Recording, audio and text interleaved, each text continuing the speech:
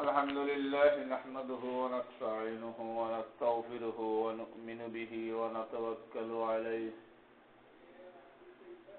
ونعوذ بالله من شرور أنفسنا ومن سيئات أعمالنا من يهده الله فلا مضل له ومن يضلله فلا هادي له ونشهد أن لا إله إلا الله وحده لا شريك له ونشهد أن سيدنا وسندنا ونبينا وشفيعنا وحبيبنا وحبيب ربنا وطبيبنا وطبيب قلوبنا وأرواحنا ومولانا محمدا عبده ورسوله أما بعد فقد قال تبارك وتقدس في كلامه المجيد والفرقانه الحميد أعوذ بالله من الشيطان الرجيم بسم الله الرحمن الرحيم فمن يعمل مثقال ذرة خيرا يره ومن يعمل مثقال ذرة شرا يره وقال النبي صلى الله عليه وسلم أخلص دينك يكفيك العمل القليل أو كما قال عليه الصلاة والسلام صلى الله على سيدنا ومولانا محمد وعلى آله وصحابه وسلم صلى الله على سيدنا ومولانا محمد وعلى آله وصحابه وسلم صلى الله على سيدنا ومولانا محمد وعلى آله وصحابه وسلم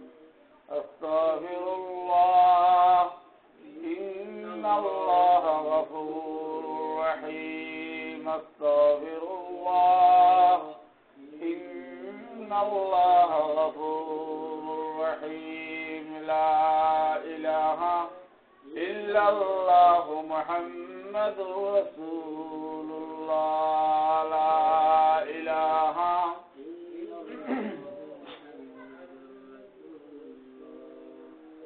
محترم حاضرین আল্লাহ রাব্বুল আলামিনের অসংখ্য গণিত শুকরিয়া যে দয়াময় পরওয়ারদিগার আলম আসমান এবং জমিনের খালিক আর মালিক মানব দানব বৃক্ষ লতা পাতা পাহাড় পর্বত নদ নদী সাগর উপসাগর মহাসাগর এই ভূমণ্ডলে যা কিছু আছে সকল কিছুর স্রষ্টা যিনি সেই মহান রব্বুল আলামিনের অসংখ্য গণিত শুকরিয়া আদায় করি যে আল্লাহ রব্বুল আলামিন আমাদেরকে এখন পর্যন্ত সুস্থ অবস্থায়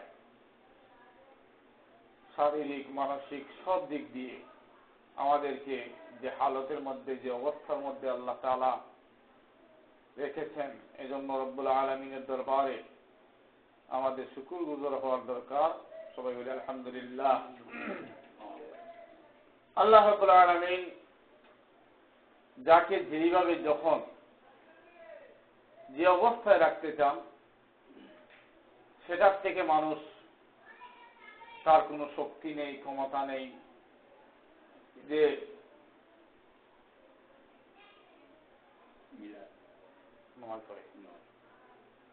এটা মানুষের কোনো ক্ষমতা নেই যে আল্লাহ তাআলার দেওয়া প্রাকৃতিক নিয়মকে উপেক্ষা করে সেটার মোকাবেলা করবে এমন ক্ষমতা আসমানেও নেই, জমিনেও নেই এমন কোন সৃষ্ট জীব আজ পর্যন্ত তৈরি হয়। এগুলো আমাদের চোখের সামনে যখন দেখা যায় যে ভূমিকম্প সহনশীল রড তৈরি হয়েছে, অথচ এই সমস্ত রড দিয়ে যখন বিল্ডিং বানানো হয়, এগুলো অ্যাডভাইজ করা হয়, প্রচার প্রসার করা হয় যে এগুলো ভূমিকম্পকে সহনীয়, অর্থাৎ ভূমিকম্প কোনো কিছু করতে পারবে না।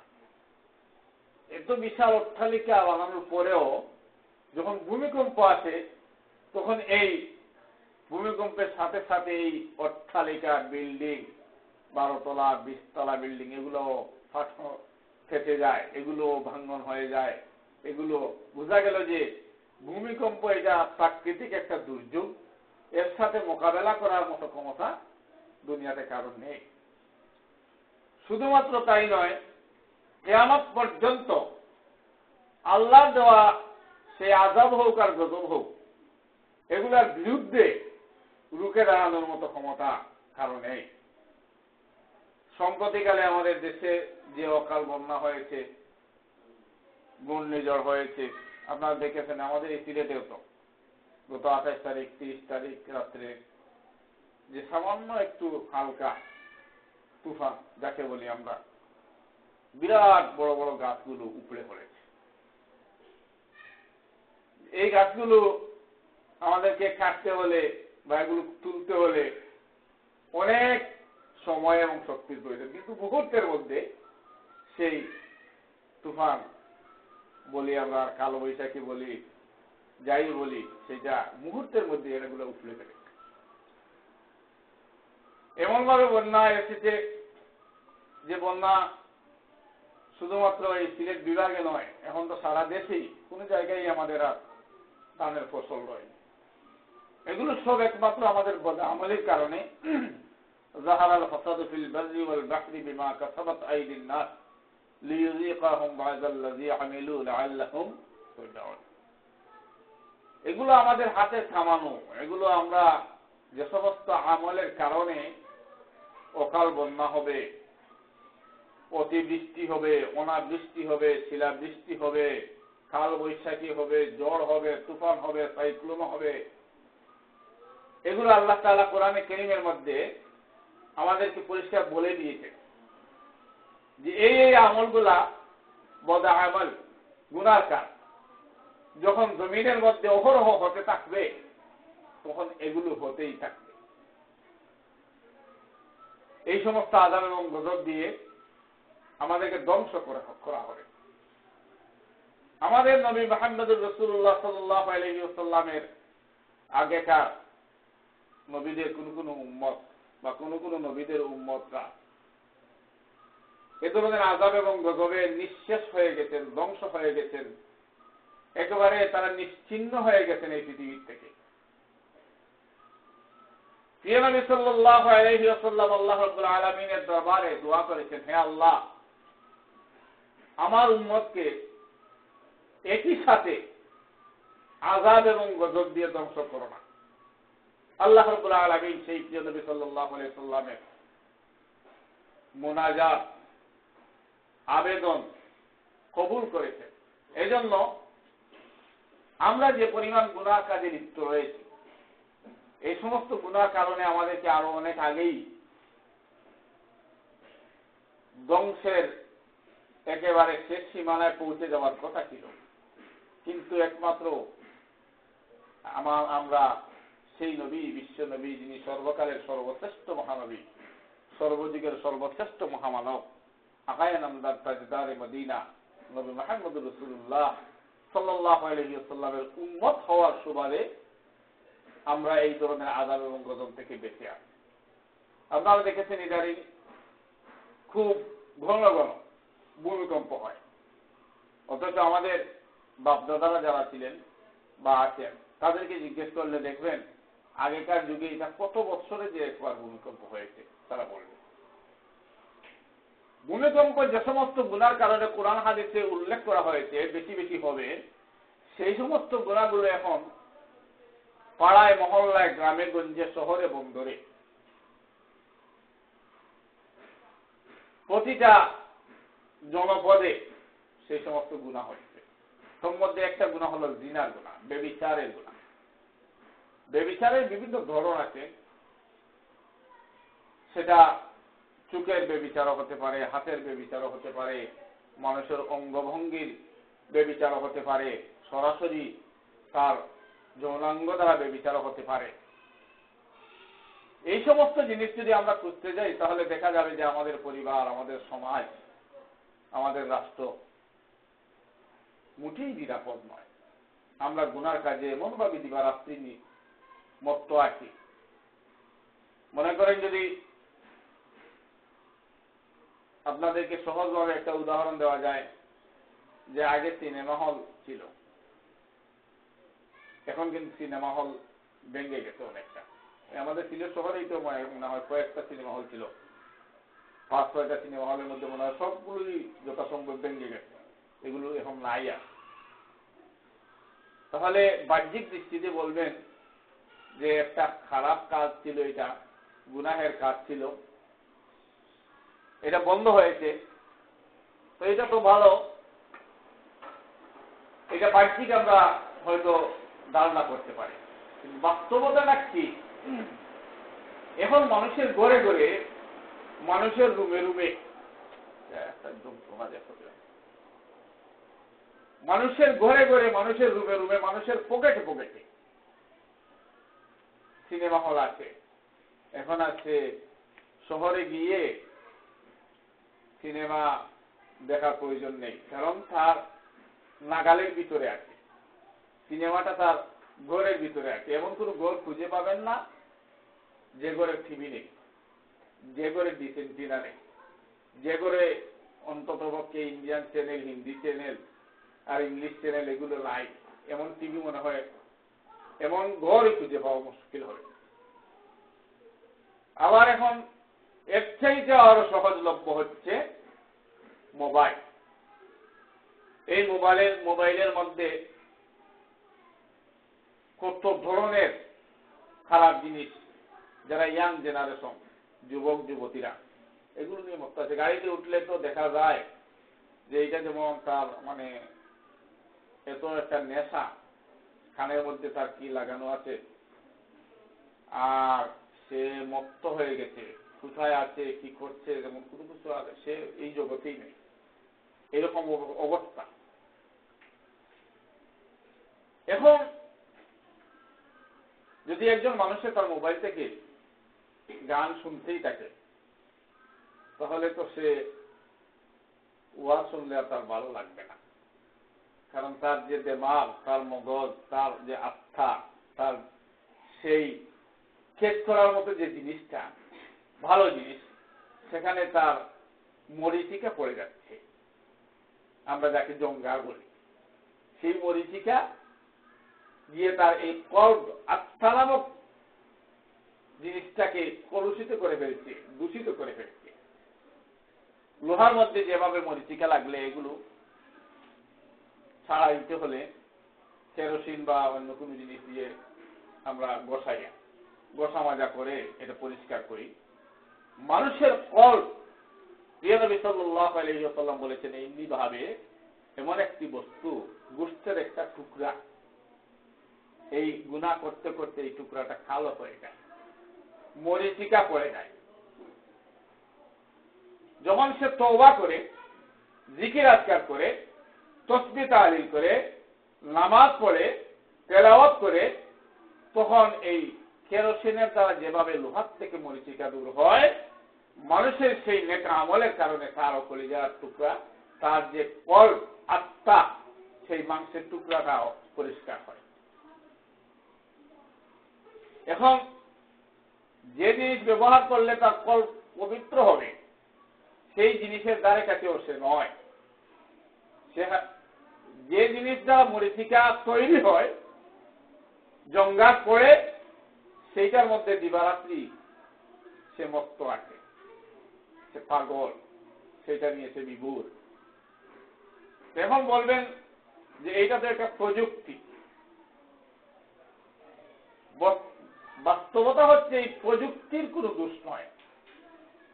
প্রযুক্তিকে ব্যবহার বিধির মধ্যে আপনি যে কাজে ব্যবহার করবেন সেই কাজে ব্যবহৃত হবে।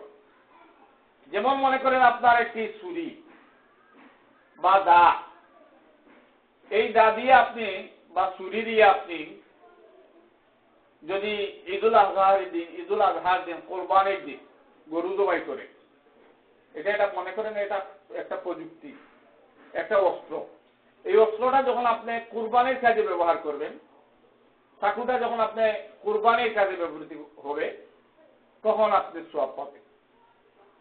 আবার এই একই ছুরি বা ডেগার দ্বারা যখন আপনি অন্যকে অন্যায়ভাবে হত্যা করবেন, তখন আপনি খুনে আসামি হবে। এখন এই ছুরিকে যেভাবে আপনি ব্যবহার করবেন, নেক ভালো কাজে ব্যবহার করবেন না খারাপ কাজে ব্যবহার করবেন, সেটা মানুষের উপর ভিত্তি করে। সেটা ব্যবহারকারী ব্যক্তি যে তিনি কি কাজে ব্যবহার করবেন তিনি ভালো জানেন। মোবাইল ভালো জিনিস, এখন বর্তমানে যোগাযোগ মাধ্যমের ক্ষেত্রে এগুলো যদি আমরা ভালো কাজে ব্যবহার করি, মনে করেন একজন মোবাইলে সে শুনতে চায় কোনো কিছু, ওয়াজ কিছু ডাউনলোড করে রাখে না, এই ওয়াজগুলো সে শুনে না, অসুবিধা কি? কিন্তু না, আপনি দেখবেন এটা খুব কম মানুষ, অল্প সংখ্যক হয়তো 2-4 জন পাইবেন, নতুবা শতকরা 95 বা 98% মানুষ এগুলো খারাপ কাজে ব্যবহার করতে। বিশেষ করে আমাদের ইয়াং জেনারেশন যারা, উঠতি বয়সী যুবক যুবতীরা যারা, এ সময় শয়তান এদেরকে বেশি প্ররোচনা দেয়, প্রবঞ্চনা দেয়, প্রলোভিত করে বিপদগামী করার জন্য। এই বয়সে শয়তানে এদেরকে বেশি প্রলোভন দেখায়, অশ্বাসা দেয়, প্ররোচনা দেয়। তাই এই সমস্ত জিনিস থেকে আমাদের ছেলে মেয়েদেরকে বা আমরা নিজেরাও এ সমস্ত খারাপ কাজ থেকে যেন বিরত থাকতে পারি। যাই হোক, আমি আপনাদের সামনে আজকে যে বিষয়টা আলোচনা করতে চাচ্ছি সেটা হচ্ছে আজকের মাস। এই মাসের নাম হচ্ছে শাবান মাস। রমজানের আগে যে মাসগুলো, 2টা মাস অতি সম্মানিত। রমজান তো মহিমান্বিত মাস, অতি সম্মানিত মাস। তার আগে রজব মাস যখন আসতো, আমি আগেও বলেছি যে আমাদের নবী, বিশ্ব নবী মুহাম্মদুর রাসূলুল্লাহ সাল্লাল্লাহু আলাইহি ওয়াসাল্লাম ইযা দাখালা রজব ক্বালা আল্লাহুম্মা বারিক লানা ফি রজব ওয়া শাবান ওয়া বাল্লিগনা রমজান, এই দোয়া পড়তেন। রজব মাস যখনই প্রবেশ করত তখন আল্লাহর রাসূল সাল্লাল্লাহু আলাইহি ওয়াসাল্লাম আল্লাহর দরবারে দোয়া করতেন, হে আল্লাহ, রজব এবং শাবানকে আমার জন্য বরকতময় করে দাও, আমাকে জন্য, আমার উম্মতের জন্য বরকতময় করে দাও, আর রমজান পর্যন্ত আমাকে, আমার উম্মতকে সুস্থ অবস্থায় পৌঁছে দাও। আমরা রজব মাস শেষ হয়েছে, শাবান মাস অতিবাহিত করছি। আমাদের সামনে একটি মাস, সেই মাসের নাম হচ্ছে রমজানুল মুবারক। শাবান মাসে আমাদের দেশে একটা রাত্রি উদযাপিত হয়, যাকে আমরা শবে বরাত বলে অভিহিত করি। মূলত শবে বরাত এটা একটা ফার্সি শব্দ। আমাদের দেশে এক সময় ফার্সি ব্যবহৃত হতো। এখনো আপনারা দেখবেন ওই আমাদের আদালত আছে, এখানে বিভিন্ন শব্দ আছে এখন পর্যন্ত ব্যবহৃত হচ্ছে। সেরেস্তাদা, কোর্টের সেরেস্তাদা, এগুলো যখন দেখবেন এগুলো কিন্তু ফার্সি শব্দ। আমাদের এই উপমহাদেশে ফার্সির একটা প্রচলন ছিল। অনেক আগে ফার্সিতে দলিল আদিল্লাও লেখা হতো, জায়গা জমির দলিল এগুলোও লেখা হতো। মজমাদা, কোর্টের বিভিন্ন শব্দ আছে, এখন পর্যন্ত এগুলো ব্যবহৃত হচ্ছে, এগুলো প্রচলিত হয়ে গেছে, কিন্তু শব্দগুলো মূলত ফার্সি। আমাদের এই উপমহাদেশে সেই সুবাদে শবে বরাত নামে একটা রাত্রি উদযাপিত হয়। এই রাত্রিটা হচ্ছে শাবান মাসের 15 তারিখ, অর্থাৎ 14ই দিনগত 15ই রাত্রি। এই রাত্রি সম্পর্কে একেবারে খুব বেশি কিছু বলারও নেই, আবার একবারে ছাড়ার মতো কিছু নেই। আমাদের দেশে সমস্যা হচ্ছে যে ধর্মীয় জ্ঞান কোরআন হাদিসের কম থাকার কারণে অনেকে অনেক বিষয় এমনভাবে উত্থাপন করেন বা উপস্থাপন করেন যে এগুলো নফল জিনিস বা মুস্তাহাব জিনিস, এটাকে ফরজের মতো মনে করে। এবং ধর্মীয় উম্মাদরায় এই উপমহাদেশে কিছু কাজ আছে যেগুলো গুনাহের কাজ, যেমন শবে বরাত।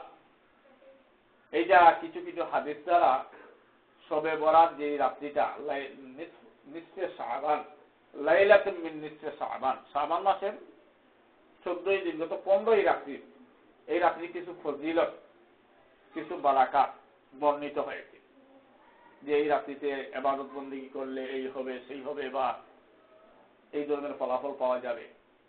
কিন্তু আমাদের দেশে এই রাত্রিকে উপলক্ষ করে কিছু গুনাহের কাজ, খারাপ কাজ, শরীয়ত বিরোধী কাজ অহরহ হতে দেখা যায়। এখন অবশ্য অনেকটা কমে গেছে। আমরা তো আগে ছোটবেলা দেখেছি যে এই মাসকে আমাদের সিলেটি ভাষায় বাতি চাঁদ বলে, মানে বাতি জ্বালাতে হবে, মোমবাতি হোক আর আগরবাতি হোক, এগুলো জ্বালাইতে হবে। এমনকি অন্য অন্য ডিস্ট্রিক্টে আছে কিনা জানি না, আমাদের সিলেটের কথা বলছি।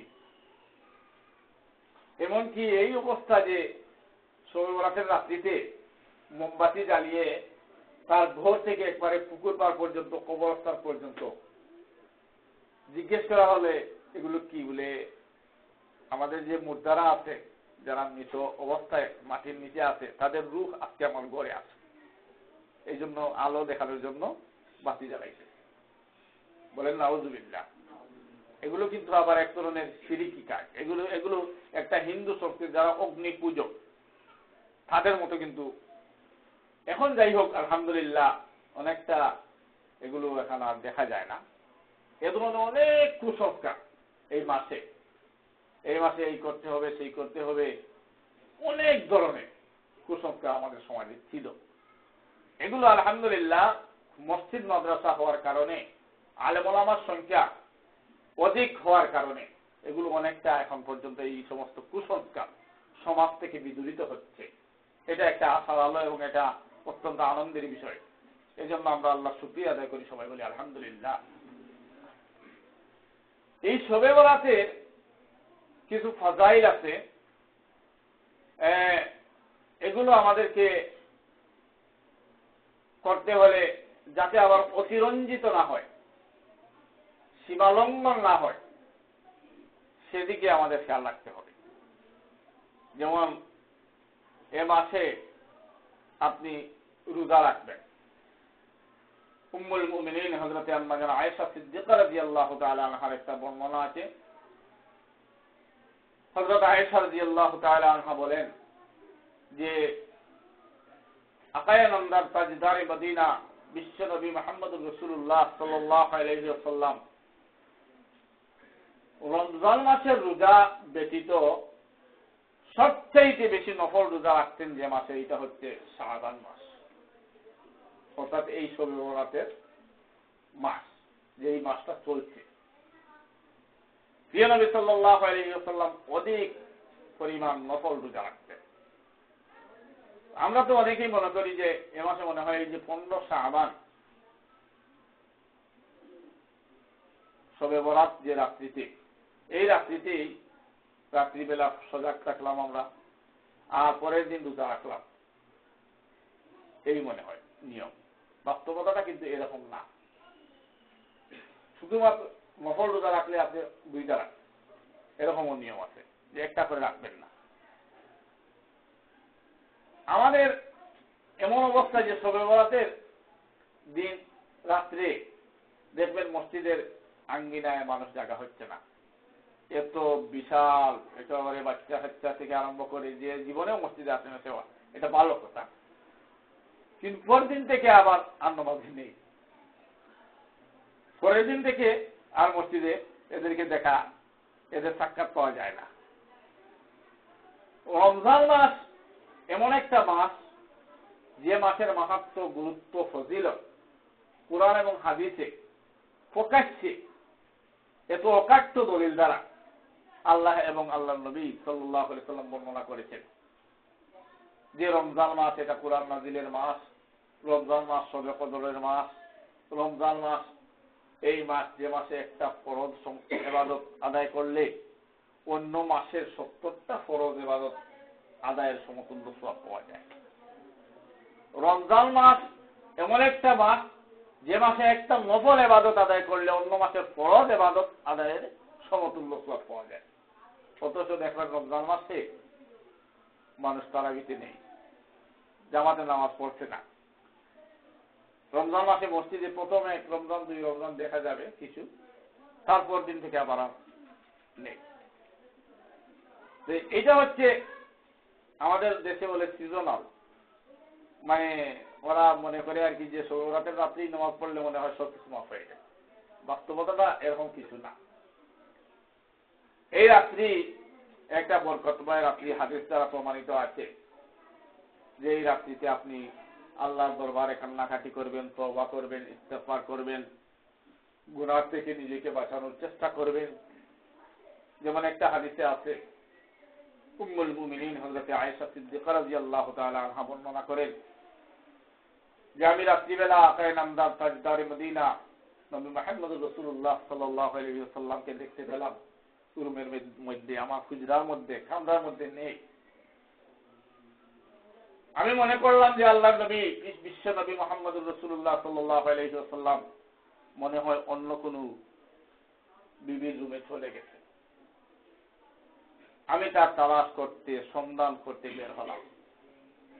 গিয়ে দেখলাম আমি নবী করিম সাল্লাল্লাহু আলাইহি ওয়াসাল্লাম নামাজ পড়তেছেন। অন্য বর্ণনায় আছে তিনি গিয়ে দেখলেন যে কবর জিয়ারত করতেছেন। এই হাদিসের সনদের মধ্যে অনেক আলাপ আছে, সেটা আপনারা বুঝবেন না, এটা আলোচনা দরকার নেই, ফজিলতের বেলায় এগুলো বলা যায়। আম্মা জান আয়েশা সিদ্দিকা রাদিয়াল্লাহু তাআলা আনহাকে আল্লাহ নবী বললেন, হে আয়েশা, তুমি কি খুঁজতেছো? আম্মা জান আয়েশা সিদ্দিকা রাদিয়াল্লাহু তাআলা আনহা বললেন, ইয়া রাসূলুল্লাহ, ইয়া হাবিবাল্লাহ, আল্লাহর নবী, আমি তো আপনাকেই খুঁজছি। রাসূল করিম সাল্লাল্লাহু আলাইহি ওয়াসাল্লাম বললেন, তুমি কি মনে করো তোমার উপর আল্লাহ এবং আল্লাহর রাসূল অবিচার করেছেন? আম্মা জান আয়েশা সিদ্দিকা রাদিয়াল্লাহু তাআলা আনহা বললেন, আস্তাগফিরুল্লাহ ইয়া রাসূলুল্লাহ, আল্লাহ মাফ করুক আমাকে, এ ধরনের কোনো ধারণা করিনি কেন নবীজি। আমি ভাবছি আপনি আমার কাছ থেকে গিয়ে মনে হয় অন্য কোনো বিবির রুমে চলে গেছেন। তখন নবী করিম সাল্লাল্লাহু আলাইহি ওয়াসাল্লাম বললেন, হে আয়েশা, জেনে রাখো আজকে লাইলাতুল নিসফে শাবান, আজকে শাবানের 14 দিন, গত 15 রাত্রি, মধ্যরাত, অর্ধেক, নিস মানে অর্ধেক। আজকের রাত্রিতে আল্লাহ রাব্বুল আলামিন আমার উম্মতের এত সংখ্যক উম্মতকে মাফ করে দিবেন যে বনু কলব গোত্রের ছাগল, একটা গোত্র ছিল আরবের বনু কলব, এরা ছাগল চড়াইতো, ছাগল পালন করতো, লালন পালন করত।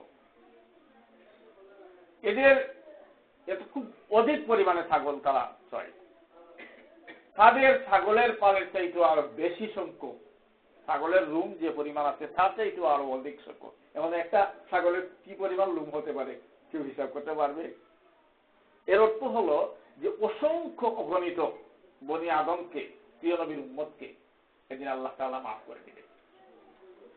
আমরা এই মাফির আশা নিয়ে সেদিন আল্লাহর দরবারে কান্নাকাটি করতে পারি, তওবা করতে পারি, জিকির আজকার করতে পারি। আমাদের কবরে শায়িত যারা আছেন, আমাদের বাবা মা, দাদা দাদি, নানা নানি, এদেরকে আমরা স্মরণ করি, এটা কোনো দোষের কিছু না। কিন্তু এটাকে নিয়ম বানানো আবার বাধ্যতামূলক করতেই হবে। আমার বাড়ি কিশোরগঞ্জ, আমার বাড়ি নরসিংদী, আমার বাড়ি টেকনাফ, এখন আমি সিলেট থেকে জিয়ারতের জন্য সর্বরাতে যেতেই হবে, এরকম কোনো নিয়ম ধরাবাধা নেই, এটা কিছু না। আমি দোয়া করি আমার মুর্দার জন্য, আমার মুর্দেগানের জন্য, এবং আমি নামাজ পড়ি নিয়মিত, আমি তেলাওয়াত করি, জিকির করি, তাসবিহ তাহলিল পাঠ করি, আল্লাহ তাআলা কাছে তওবা করি। তওবার অর্থ হচ্ছে যে আমার মধ্যে একটা গুনার কাজ আছে, অভ্যাস আছে, আমি সেই অভ্যাস থেকে চিরতরে বিরত থাকার জন্য আজকে থেকে আল্লাহর দরবারে অঙ্গীকারবদ্ধ হলাম। মুখে দিয়ে শুধু মুখ দিয়ে আস্তাগফিরুল্লাহ আস্তাগফিরুল্লাহ তওবা তওবা, এটার নাম তওবা নয়। তওবার মধ্যে কয়েকটা কলিমা বা বাক্য পাঠ করবেন, ঠিক আছে, কিন্তু তওবার আসল উদ্দেশ্য হচ্ছে যে আমার মধ্যে মিথ্যা বলার অভ্যাস আছে, আমি এই শবে বরাতের রাত্রিতে আল্লাহর কাছে আমি তওবা করি, অঙ্গীকারাবদ্ধ হই যে আমার খালিক আর মালিকের কাছে আমি তওবা করলাম, আজকে থেকে যেন আমি আর মিথ্যা কথা না বলি। আমার মধ্যে গীবতের অভ্যাস আছে, পরনিন্দা, এগুলো আমি যেন আজকে থেকে পরিহার করে ফেলি। আমার মধ্যে চুরির অভ্যাস আছে, এটা যেন আজকে থেকে আমি পরিত্যাগ করি। আমার মধ্যে জিনার অভ্যাস আছে, এটা যেন আজকে থেকে আমি পরিত্যাগ করি। আমার মধ্যে নামাজ না পড়ার অভ্যাস আছে, কালকে থেকে যেন আমি নিয়মিত নামাজ পড়ি। এটার নাম হচ্ছে তুবু ইলাল্লাহি তাওবাতান নাসুহা। এই জন্য আমরা যদি শবে বরাতের রাত্রিতে আমরা তওবা করতে পারি, সঠিকভাবে তওবা করে আল্লাহর দরবারে আমরা সিরাতে মুস্তাকিমের পথে চলার জন্য আল্লাহর কাছে চাই যে হায় আল্লাহ আমাদেরকে হেদায়েত দান করুন আপনি, আমরা যত গুনাহ করেছি এগুলোর থেকে আমাদেরকে মাফ করে দেন। যদি আল্লাহ রাব্বুল আলামিনের কাছে আমরা চাই, তাহলে আল্লাহ তাআলা এই রাত্রিতে কারেন্টের চিন্তা করি লাভ নাই, কারণ কারেন্ট আসবে না, কারেন্ট মানে মাঝে মধ্যে আসবে, দেখা দিবে, এটাই হলো, এটা আমাদের ভাগ্যের ব্যাপার। আমাদের মনে হয় খুব অসুবিধা হচ্ছে, ওই একটা মসজিদে কমপক্ষে মাইকের একটা ব্যাটারি দরকার। এটা যদি বলেন যে সমস্যা, তাহলে মুসল্লিদের কাছ থেকে অনেক কিছু টাকা তুলে একটা ব্যাটারি ব্যবস্থা করেন, কারণ এটা খুব সমস্যা হয়, আজান একামত বা কথাবার্তা বলা যায় না। এই জন্য এটা মাইকের এটা ব্যাটারি ব্যবস্থা খুব তাড়াতাড়ি করার জন্য আমি আপনাদের দৃষ্টি রাখছি।